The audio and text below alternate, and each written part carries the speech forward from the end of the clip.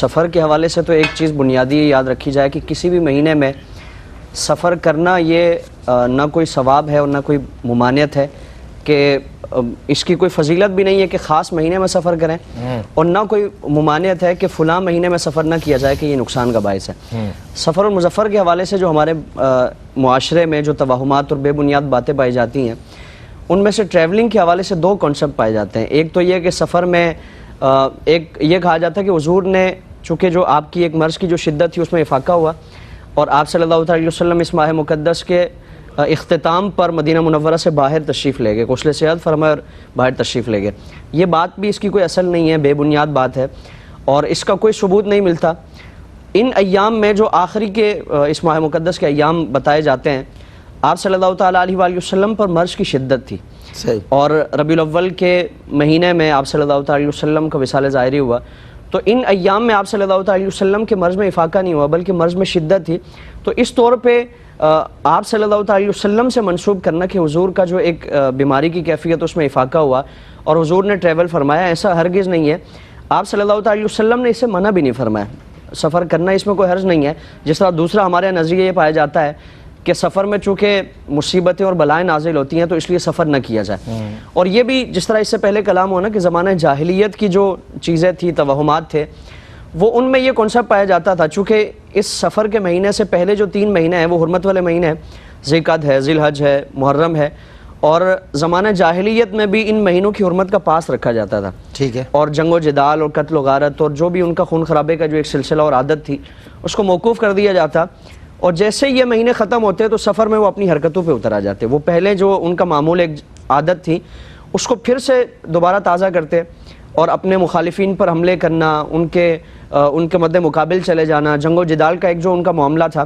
اب ظاہر ہے وہ جب جنگ و جدال کے لیے جاتے تو سامنے والا کوئی پھول لے کے تو نہیں کھڑا ہوگا، صحیح بات، وہ بھی ان کو قتل و غارت اور دیگر اس طرح کے معاملات ہوتے، تو اب یہاں ان کے ہاں کسی کا باپ مر جاتا، کسی کا بیٹا مر جاتا، کسی کا شوہر وہ قتل کر دیا جاتا، تو وہاں ایک جملہ مشہور تھا کہ سفر المکان، کہ مکان خالی ہو گئے، یعنی یہ مہینہ آیا تو ہمارے مکان خالی ہو گئے۔ اس کے اسباب کیا ہیں، وجوہات کیا تھی، وہ اس پر غور نہیں کیا جاتا تھا کہ جس طرح ذی القعدہ میں، ذی الحج میں، محرم میں ہم سکون سے بیٹھے رہے تو ہمارے گھروں میں اس طرح کا غم اور شوق کی کیفیت نہیں تھی، یہ مہینہ آتے ہی ہم نے اپنی حرکتیں دوبارہ شروع کی تو ان حرکتوں کی وجہ سے ہمارے ساتھ یہ معاملات ہوئے، اور اس ماہ مقدس میں سفر کرنا بھی کوئی ممانعت نہیں ہے، اور آپ صلی اللہ علیہ وسلم نے بھی اسفار فرمائے، بلکہ اگر تاریخ کا جائزہ لیا جائے تو کئی اللہ رب العالمین نے شاندار فتوحات مسلمانوں کو عطا فرمائے۔ جس طرح اسی ماہ مقدس میں اگر خیبر کا جو غزوہ ہوا اور اللہ رب العالمین نے ایک بڑی مسلمانوں کو فتح عطا فرمائی، تو وہ اس ماہ مقدس میں یعنی خیبر کو سفر کے مہینے میں اللہ رب العالمین نے مسلمانوں کو یہ فتح عطا فرمائی